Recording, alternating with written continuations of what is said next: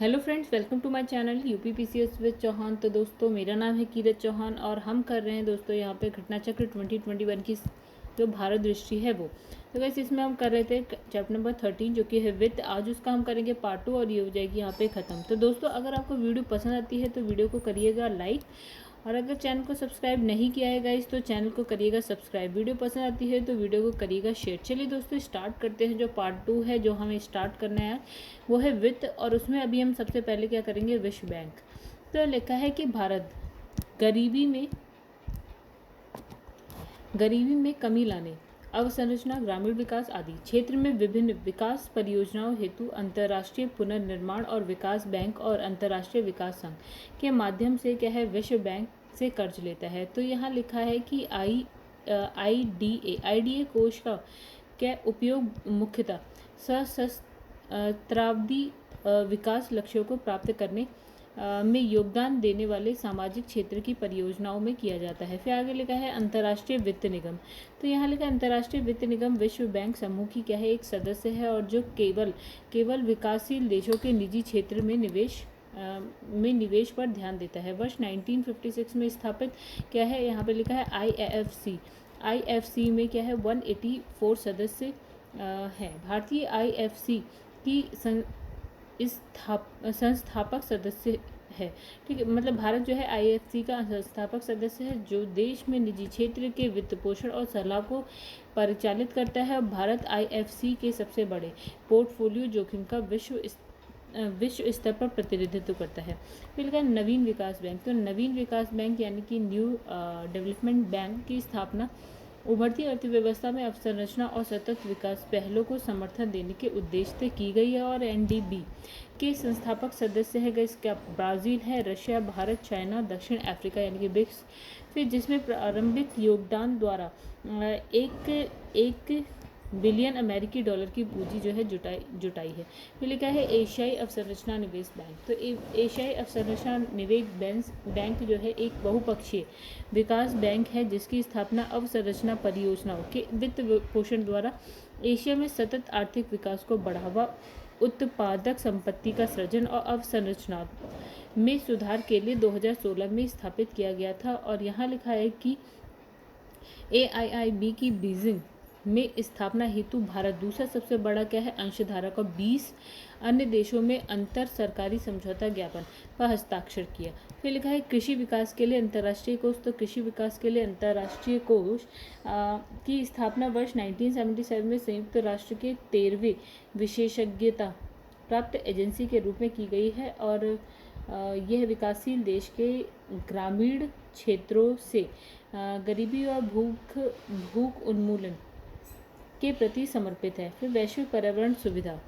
तो इस यहाँ लिखा है कि जो वैश्विक पर्यावरण सुविधा साझा वैश्विक पर्यावरण लाभों को प्राप्त करने के उपायों के बढ़ते खर्च को पूरा करने के लिए नए और अतिरिक्त अनुदान और रियायती कोष प्रदान करने के उद्देश्य अंतर्राष्ट्रीय सहयोग हेतु एक तंत्र के रूप में कार्य करता है। और जिसमें लिखा है GEF पात्र देशों को 5 मुख्य क्षेत्रों में अनुदान देता है: जैव विविधता, जलवायु परिवर्तन, भूमि अवक्रमण, अंतर्राष्ट्रीय जल, रसायन, कचरा।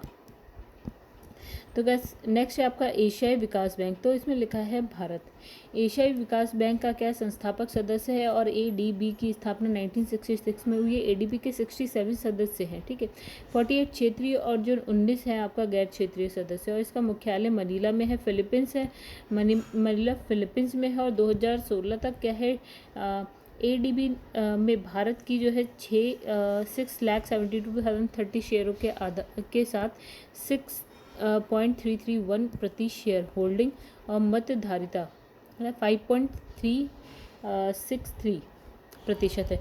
फिर आगे लिखा है मुद्रा एवं सिक्के। तो इसमें लिखा है security printing and meeting corporation of India limited आर्थिक मामलों के विभाग के अंतर्गत एकमात्र सार्वजनिक उपक्रम है जो 9 इकाइयों 4 टकसाल, 4 प्रेस एवं कागज मिल के निगमीकरण से बनती है और जो पहले क्या है वित्त मंत्रालय के अधीन है।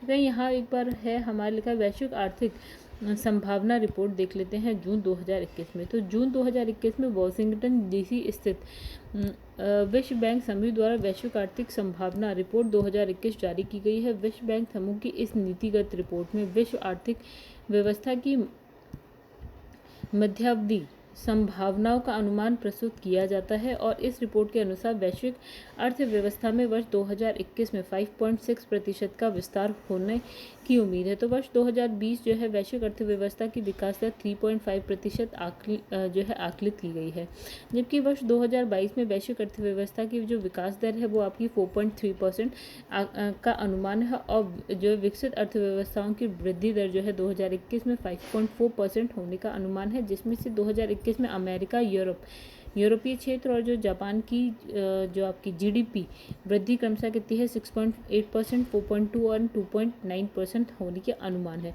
तो वर्ष 2021 में भारत की विकास दर 8.3% होने का अनुमान है और 2022 में 7.5%। तो 2020 में भारत की वृद्धि दर 7.3% आकलित की गई। ठीक है, भारत के पड़ोसी देशों में वर्ष 2021 में चाइना, पाकिस्तान, बांग्लादेश की जो जीडीपी है वो है आपकी जो अनुमानित की गई है वो आपकी है 8.5, 1.3 एंड 3.6 है। तो ब्रिक्स देशों में 2021 में चीन और भारत के अलावा ब्राज़ील, रशिया, दक्षिण अफ्रीका की समृद्धि दर क्या है 4.5% है, 3.2% एंड 3.5% अनुमानित है। अगर आगे बढ़ते हैं, लिखा है आपका वित्त विभाग की बात करते हैं तो वित्त विभाग केंद्र सरकार की सार्वजनिक वित्तीय प्रबंधन प्रणाली है और राज्य वित्त से संबंधित मामलों की देखरेख करने वाला क्या है नोडल विभाग। और ये वित्त आयोग और केंद्रीय वेतन आयोग की अनुशंसाओं के क्रियान्वयन, ऑडिट, टिप्पणियों, आकलनों की जो मॉनिटरिंग केंद्र सरकार के खाते की तैयारी के लिए उत्तरदायी है। फिर है महालेखा नियंत्रक। तो वित्त मंत्रालय के वित्त विभाग के अंतर्गत महालेखा नियंत्रक यानी कि सीजीए भारत सरकार का प्रधान लेखा सलाहकार और क्या तकनीकी रूप से सुदृढ़ लेखा जिम्मेवार है। सीजीए का कार्यकाल जो है केंद्र सरकार के लिए व्यय, राजस्व, देनदारियों और विभिन्न राजकोषीय सूचकों का मासिक और वार्षिक विश्लेषण तैयार करता है। संविधान की धारा 150 के अंतर्गत भारत के जो सीएजी है आपका नियंत्रक और महालेखा परीक्षक की सलाह पर वार्षिक विनियोग लेखा और केंद्रीय वित्त लेखा संसद में प्रस्तुत किया जाता है और इन दस्तावेजों के साथ लेखा एक नज़र में शीर्षक वाला क्या MIS रिपोर्ट तैयार कर संसद में वितरित किया जाता है और ये सामान्य सिद्धांतों केंद्र और राज्य सरकारों के लिए क्या है प्रपत्र और लेखों की प्रक्रिया से संबद्ध जो है नीतियां बनाता है। फिर लिखा है गाइस यहाँ पे केंद्रीय पेंशन लेखा कार्यक्रम। तो केंद्रीय पेंशन लेखा कार्यक्रम की स्थापना 1919 में केंद्रीय पेंशनधारी स्वतंत्रता सेनानियों आदि के लिए लेखा और भुगतान के लिए किया गया। तो सीपीओ व्यय विभाग वित्त मंत्रालय के महालेखा नियंत्रक के कार्यालय के अधीन एक क्या है सहायक कार्यालय है और ये जो है अधिकृत बैंकों के जरिए केंद्र सरकार के पेंशन भोगियों को पेंशन के भुगतान की योजना के संचालन के लिए उत्तरदायी है। फिर राष्ट्रीय वित्तीय प्रबंधन संस्थान। तो इसमें लिखा है राष्ट्रीय वित्तीय प्रबंधन संस्थान की स्थापना जो है 1993 में एक पंजीकृत सोसाइटी के तौर पे की गई और वर्तमान में ये संस्थान जो है आपका AICTE द्वारा अनुमोदित 5 दीर्घकालिक कार्यक्रम संचालित करता है। लेखा सेवा के परिवीक्षाधीन नए चयनित व्यक्तियों हेतु 1 वर्ष के पेशेवर प्रशिक्षण, सार्वजनिक वित्तीय प्रबंधन में डिप्लोमा, सरकारी वित्त प्रबंधन में एक वर्षीय डिप्लोमा पाठ्यक्रम, केंद्रीय सरकार और राज्य सरकार सार्वजनिक क्षेत्र के उपक्रमों और भारत और सरकार के अधीन अन्य संगठनों के अधिकारियों हेतु प्रबंधन में 2 वर्षीय स्नातकोत्तर डिप्लोमा, समक्ष शोधकर्ताओं, शिक्षक एवं सलाहकारों के निर्माण हेतु प्रबंधन में 1 वर्षीय स्नातकोत्तर डिप्लोमा। आगे लिखा है आपका राजस्व विभाग। तो राजस्व विभाग प्रत्यक्ष केंद्रीय करों से जो है संबंधित सभी राजस्व मामले के संबंध में 2 वैधानिक निकायों केंद्रीय प्रत्यक्ष बोर्ड, केंद्रीय प्रत्यक्ष CBDT केंद्रीय प्रत्यक्ष कर बोर्ड और क्या है केंद्रीय उत्पाद एवं सीमा शुल्क बोर्ड के माध्यम से नियंत्रण रखता है। फिर गाइस यहाँ पे आपका GST यानी कि वस्तु एवं सेवा कर। तो इसमें लिखा है विधायी विकास। तो इसमें लिखा है राष्ट्रीय स्तर पर वस्तु और सेवा कर का प्रस्ताव सर्वप्रथम 2006-2007 में पेश किए गया था और वस्तु और सेवा कर जो परिषद है उसका गठन 2016 में किया गया था। फिर लिखा है केंद्रीय जीएसटी बिल 2017 एकीकृत जीएसटी बिल 2017 जीएसटी बिल 2017 राज्य को क्षतिपूर्ति और जो है आपका पारित कर देश में जीएसटी जुलाई 2017 में लागू किया गया था। अब लिखा है पेट्रोलियम उत्पादों के मामले में क्या ये प्रावधान है कि इन वस्तुओं को जीएसटी के दायरे में जीएसटी के अनुशंसा पर क्या है अधिसूचित तिथि पर क्या पर तक नहीं रखा जाएगा। ठीक है, केंद्रीय प्रत्यक्ष कर बोर्ड की बात करते हैं तो प्रत्यक्ष कर केंद्रीय राजस्व बोर्ड अधिनियम 1963 द्वारा बनाया गया केंद्रीय प्रत्यक्ष कर बोर्ड भारत में प्रत्यक्ष कर कानूनों के क्रियान्वयन के उत्तरदायित्व वाला क्या है शीर्ष निकाय है और ये आयकर विभाग का कैडर नियंत्रक प्राधिकारी होता है। तो सीबीडीटी ने आयकर विभाग के विस्तृत कंप्यूटरीकरण कार्यक्रम का क्रियान्वयन किया है और इस कार्यक्रम के लक्ष्य हैं क्या करदाता अनुकूलन क्षेत्र की स्थापना, कर आधार में वृद्धि करना और क्या है जो पर्यावरण में सुधार, सरकार के लिए क्या है अधिक राजस्व पैदा करना। तो अब बात करेंगे ई गवर्नेंस पहल की। तो स्थायी खाता संख्या यानी कि पैन। तो स्थायी जो पैन है, पैन आयकर विभाग द्वारा करदाताओं और उसके लिए आयकर अधिनियम 1961 के अंतर्गत आवेदन करने वाले व्यक्तियों को आवंटित किए जाने वाले 10 अंकों का क्या है अल्फा न्यूमेरिक संख्या है। पैन के माध्यम से जोड़े गए लेन देन में कर भुगतान आपका टीडीएस क्रेडिट के आय संपत्ति के रिटर्न, विशिष्ट लेन देन, पत्राचार आदि शामिल है। तो गाइस यहाँ बात करेंगे अब हम नई पहल की। तो इसमें लिखा है औद्योगिक नीति और संवर्धन विभाग DIPP का जो है ई-विज पोर्टल के साथ एकीकरण। तो वाणिज्य एवं उद्योग मंत्रालय का ई-विज कार्यक्रम एक मिशन मोड परियोजना है जो निवेशकों को लाइसेंसिंग, पर्यावरण एवं भूमि मंजूरी, स्टार्टअप व्यवसायों के लिए विभिन्न मंत्रालयों और विभागों से अनुमोदन जैसी एकल खिड़की मंजूरी की सुविधा प्रदान करता है। ई पैन कार्ड की बात करेंगे तो सभी नए आवेदकों और कार्ड पुनर्मुद्रण अनुरोध को अब ई आधार की तर्ज पर ईमेल द्वारा डिजिटली हस्ताक्षरित ई पैन कार्ड प्राप्त करने का विकल्प प्रदान किया जा रहा है। फिर सामान्य सेवा केंद्र। तो देश के दूर दराज क्षेत्र में पैन आवेदन प्राप्त करने के लिए पैन सेवा प्रदाताओं क्या मेसर्स UTIITSL और मेसर्स NSDL EGOV के साथ सामान्य सेवा केंद्र ग्रामीण स्तरीय उद्यम को क्या है नामांकित किया गया है। तो इस आगे लिखा है आपका आयकर रिटर्न की इलेक्ट्रॉनिक फाइलिंग।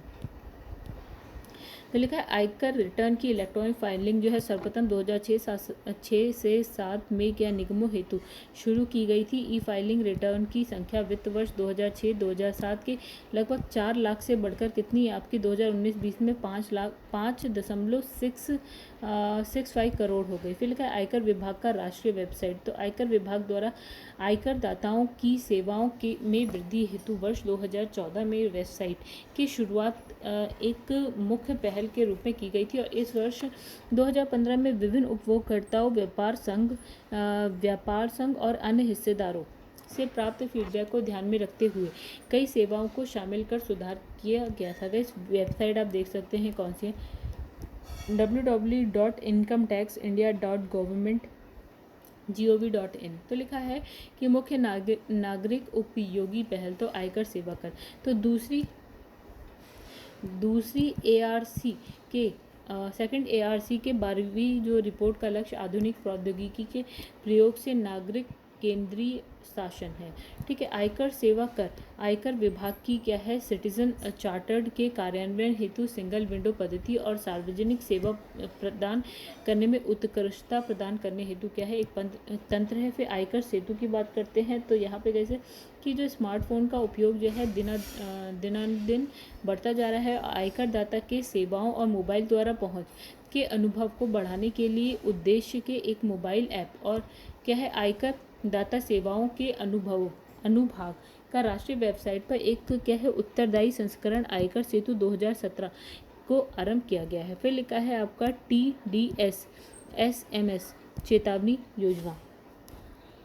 तो इसमें लिखा है सीबीडीटी ने जो है करदाताओं को समय पर और सही डेटा प्रदान कर बेहतर करदाता सेवा प्रदान करने के क्रम में क्या है, इस योजना में वेतनभोगी कर्मियों को त्रैमासिक आधार पर एसएमएस चेतावनी देने की योजना शुरू की है। फिर आता है आपका प्रचार अभियान। तो इसमें लिखा है विगत कई वर्षों में विभाग ने कई संवाद रणनीति में बदलाव द्वारा शुद्ध प्रवर्तन एजेंसी की बजाय जो है करदाता सुविधा प्रदान और सेवा प्रदाता और राष्ट्र निर्माण में उसके योगदान की स्वीकृति संबंधी संवाद को प्रभावी रूप से लागू किया है। फिर है सोशल मीडिया। विभाग के दिसंबर 2015 में सोशल मीडिया के माध्यम से अनुमोदित सोशल मीडिया नीति के अनुसार सोशल मीडिया चैनलों के माध्यम से प्रचार जो है अभियान शुरू किया गया है। तो सोशल मीडिया संबंधी गतिविधियां आधिकारिक ट्विटर खाता इनकम टैक्स इंडिया के माध्यम से भी लगातार जारी है और विभाग के ट्विटर खाते में जो है आपका 1 लाख से ज़्यादा फॉलोअर्स हैं। ठीक है गाइस, आगे बढ़ते हैं हम लोग। इसमें लिखा है कि विवाद निपटारे व अपील। तो यहाँ पे लिखा है कि सीमा शुल्क केंद्रीय उत्पाद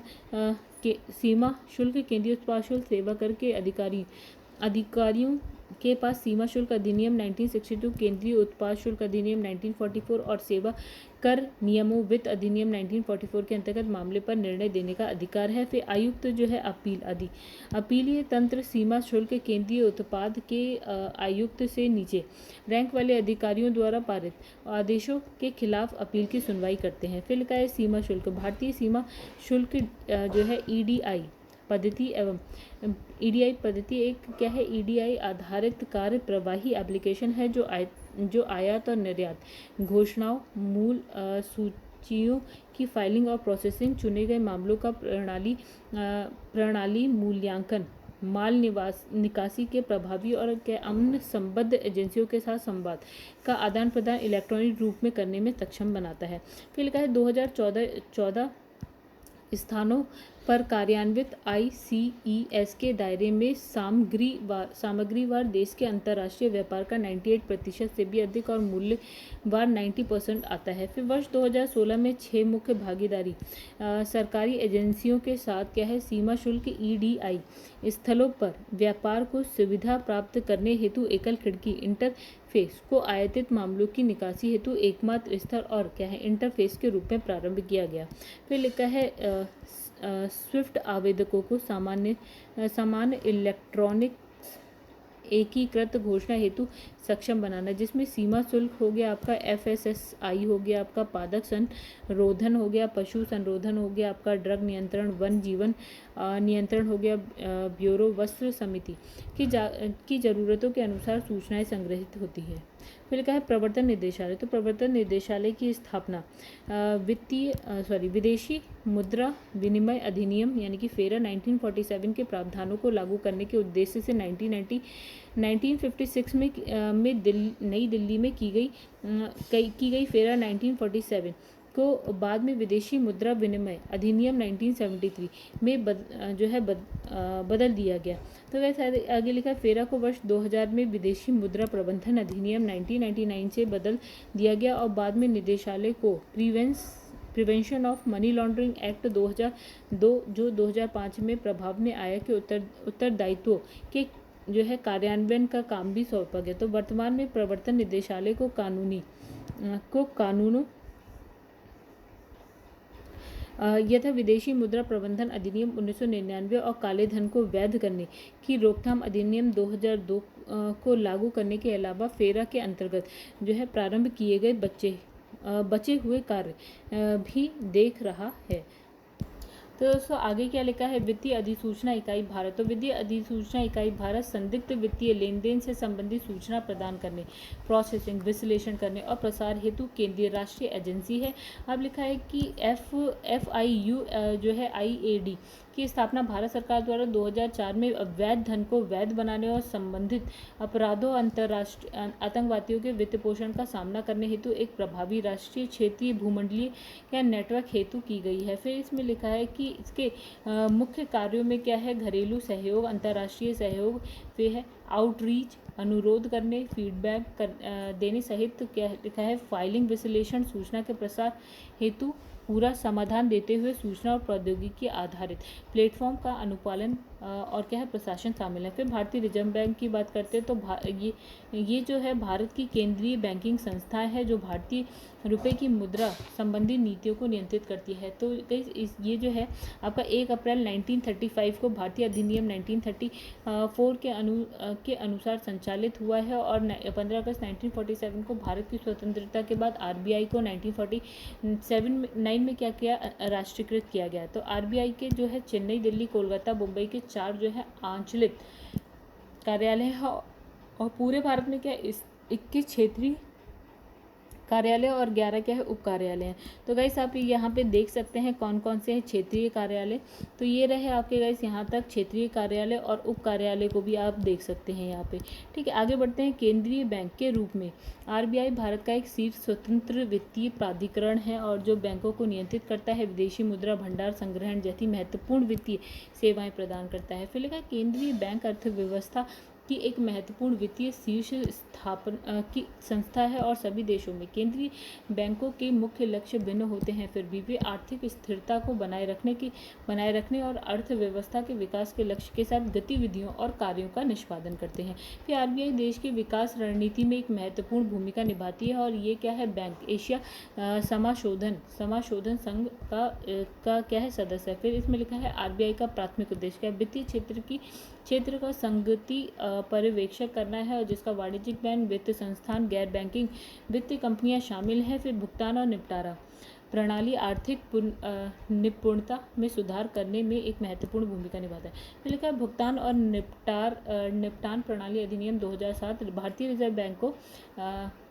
को देश की भुगतान और निपटान प्रणाली के लिए विनियमन और पर्यवेक्षण का अधिकार देता है। फिर आरबीआई भारत में मुद्रा जारी करने के लिए क्या है एकमात्र अधिकृत संस्था है और मुद्रा जब परिसंचरण के लिए जो है उपयुक्त नहीं होती है तो बैंक उसे वहीं नष्ट कर देता है। तो केंद्रीय बैंक द्वारा जारी किए गए सभी पैसे उसकी मुद्रा देता है और यानी कि केंद्रीय बैंक कागज मुद्रा में सार्वजनिक विश्वास को बढ़ाने के लिए समान मूल्य की संपत्तियों के साथ मुद्रा को वापस करने के लिए बाध्य है और इसका उद्देश्य बैंक नोट जारी करना और मुद्रा को बनाए रखना और पर्यावरण जो है पर्याप्त सार्वजनिक आपूर्ति करना तथा देश के क्रेडिट सिस्टम को उसका सबसे अच्छा लाभ और इस्तेमाल करने के लिए और भंडार बनाए रखना है। तो लिखा है रुपयों की प्रिंटिंग के लिए भारत प्रतिभूति मुद्रा तथा मुद्रा निर्माण निगम लिमिटेड भारत सरकार की पूर्ण स्वामित्व वाली कंपनी ने नासिक और क्या है देवास मध्य प्रदेश में प्रिंटिंग प्रेस की स्थापना की है। तो भारतीय रिजर्व बैंक नोट मुद्रक प्राइवेट लिमिटेड ने भी जो है कर्नाटका के मैसूर में प्रिंटिंग प्रेस और वेस्ट बंगाल की सालबोनी में भी स्थापना की है और यहाँ लिखा है SPM CIL के पास क्या है मुंबई, नोएडा यूपी, कलकत्ता और हैदराबाद में 4 क्या है टकसाल। तो लिखा है क्षेत्रीय ग्रामीण बैंक।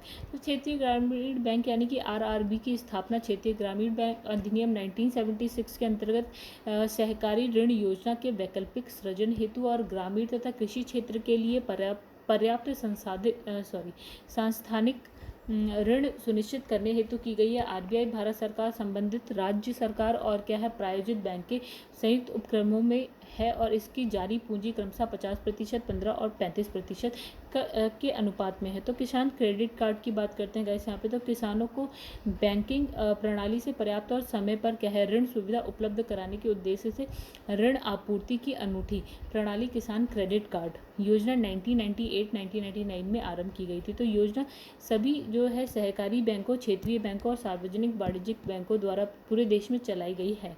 ठीक है, इसमें लिखा आरबीआई एवं नाबार्ड द्वारा KCC की एक नई योजना जो है आरंभ की गई है जिसमें KCC को ATM कार्ड के समान ATM और पॉइंट ऑफ सेल टर्मिनल पर प्रयोग किया जा सकता है।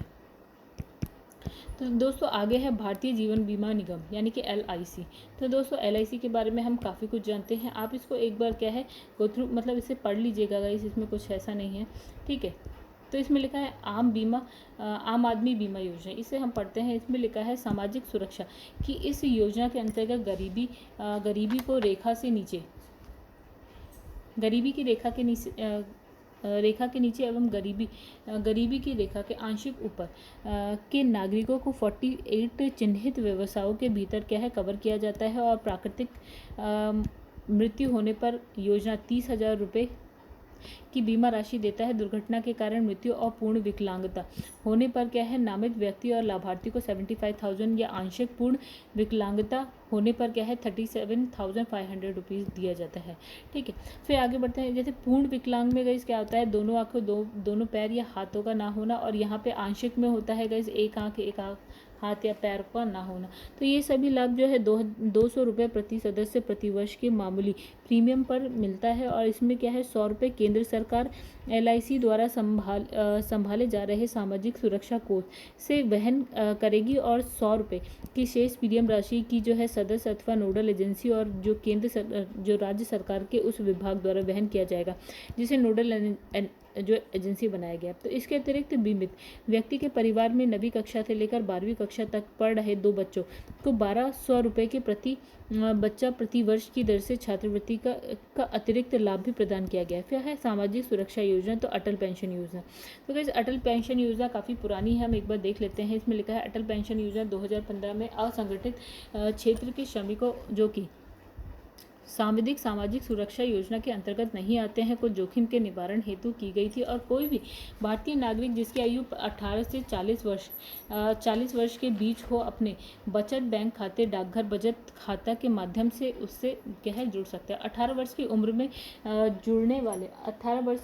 जुड़ने वाले को न्यूनतम मासिक अंशदान जो है 42 रुपये तथा 48 रुपीज़ तथा 126 रुपये तथा 168 रुपये और 210 रुपये देने वाले भागीदारियों को भारत सरकार द्वारा गारंटी शुदा न्यूनतम पेंशन जो है क्रमशः 1,000 रुपये, 2,000 रुपये, 3,000, 4,000 रुपये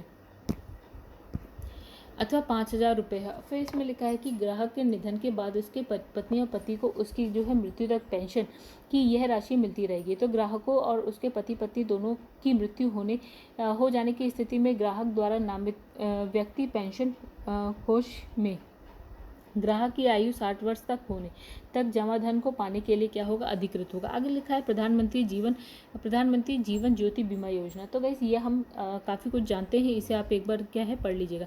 फिर लिखा है प्रधानमंत्री सुरक्षा बीमा योजना। प्रधानमंत्री सुरक्षा बीमा योजना एक वार्षिक व्यक्तिगत दुर्घटना बीमा है जिसका क्या है लिखा है नवीकरण साल दर साल किया जाता है। और दुर्घटना होने पर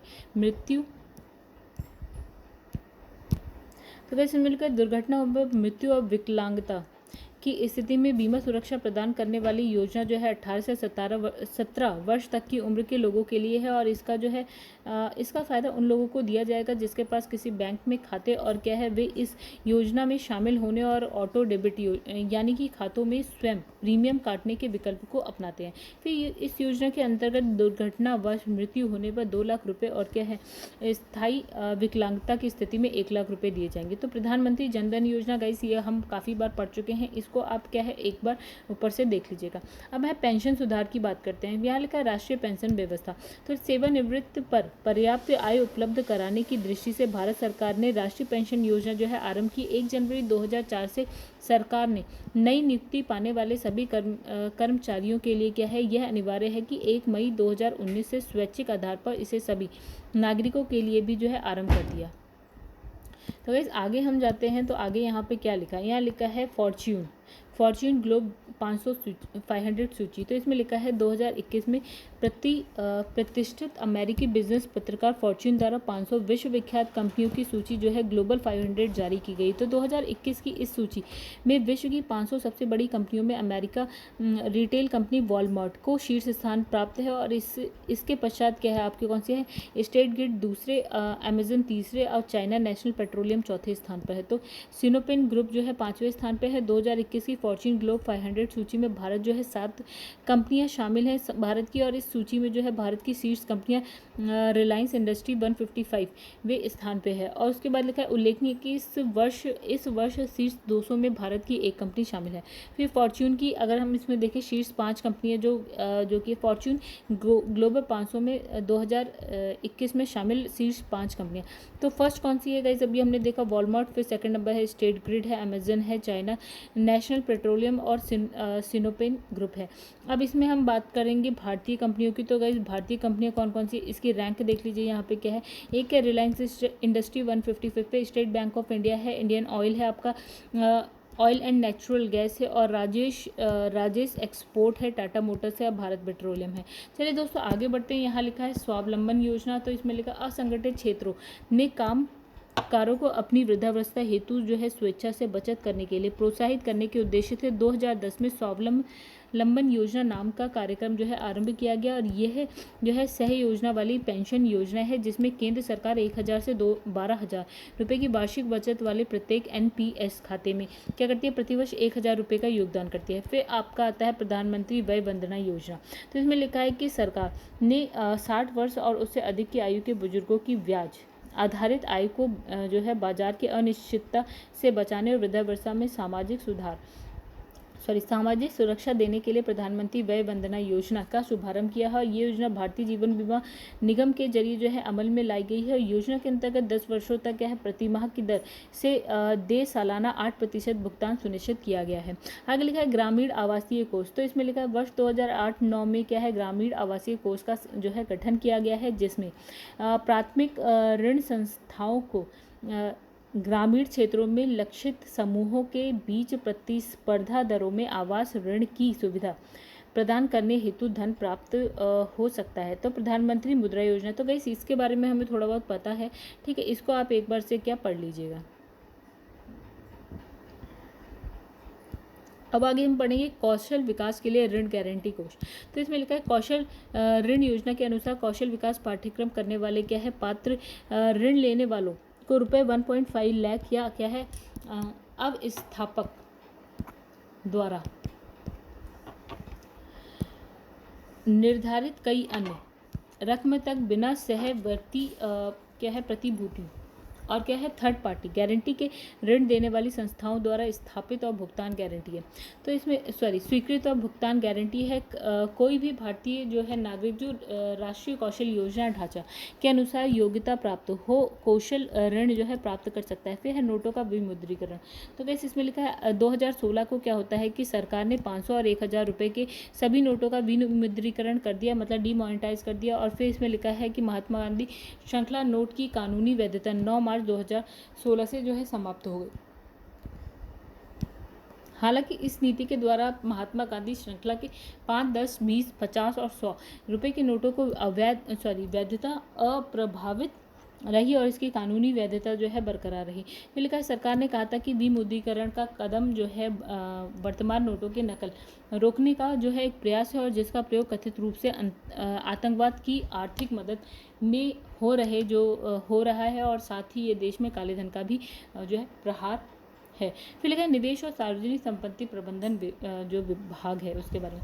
तो विनिवेश और क्या है विनिवेश विभाग वर्ष 1990 में एक अलग विभाग के रूप में स्थापित किया गया था और 2001 में इसे क्या विनिवेश मंत्रालय बना दिया गया। और वर्ष 2004 में विनिवेश विभाग वित्त मंत्रालय के अंतर्गत क्या है विभाग में से एक है।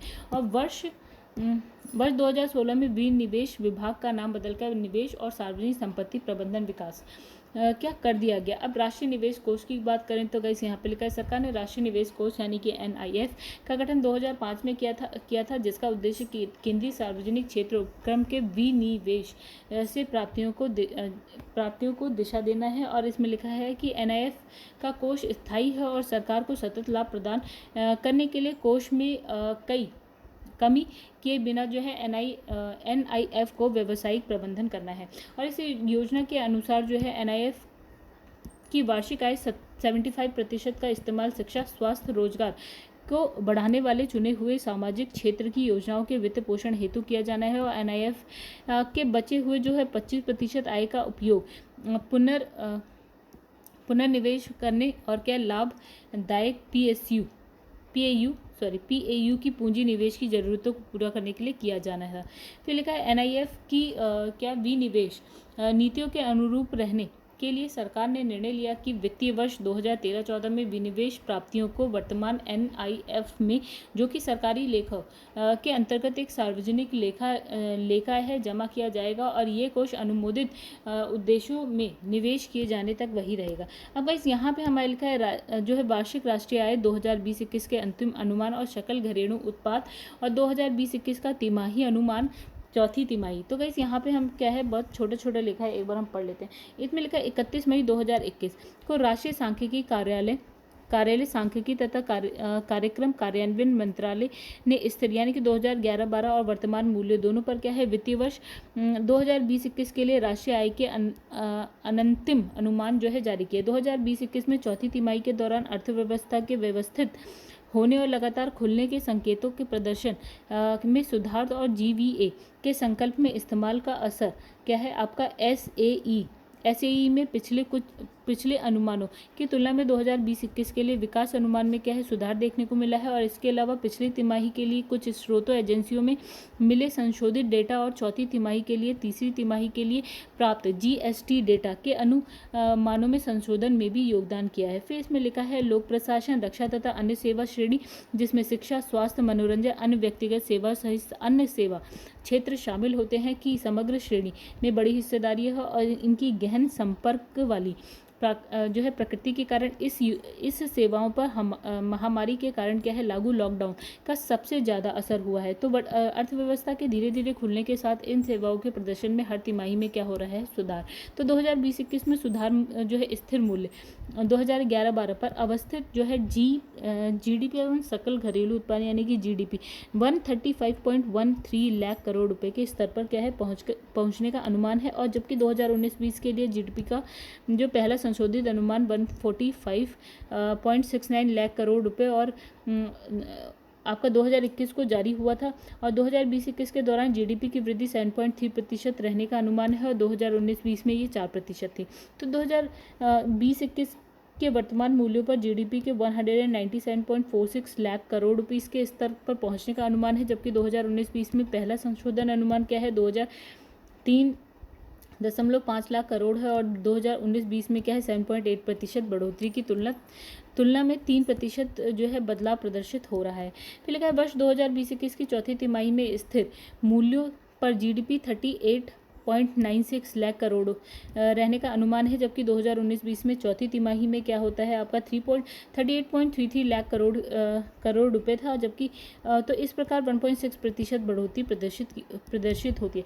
तो दोस्तों क्या है कि हमारा जो चैप्टर है वो यहीं पे होता है ख़त्म। दोस्तों अगर आपको वीडियो पसंद आई हो तो वीडियो को करिएगा लाइक और आपको कुछ सजेस्ट करना है तो कमेंट करिएगा। वीडियो पसंद आई तो शेयर भी करिएगा गाइस। अगर आपने चैनल को सब्सक्राइब नहीं किया है तो चैनल को सब्सक्राइब करिएगा गाइस। मेरे चैनल का नाम है #UPPCS विद चौहान। तो दोस्तों यहाँ पे क्या करते हैं इस वीडियो को क्या करते हैं समाप्त, ठीक है, समाप्त करते हैं। और उसके बाद हम क्या है अपने नेक्स्ट वीडियो में आपसे मिलते हैं जो कि होगा चैप्टर नंबर 14, वो होगा आपका कॉर्पोरेट कार्य। ठीक है दोस्तों, तो यहाँ पे हम आपसे क्या कहते हैं अलविदा करते हैं आपके साथ, आपसे मतलब आपसे अब क्या है अब नेक्स्ट चैप्टर में मिलेंगे नेक्स्ट वीडियो के संग जो कि होगा चैप्टर नंबर 40। तब तक के लिए धन्यवाद।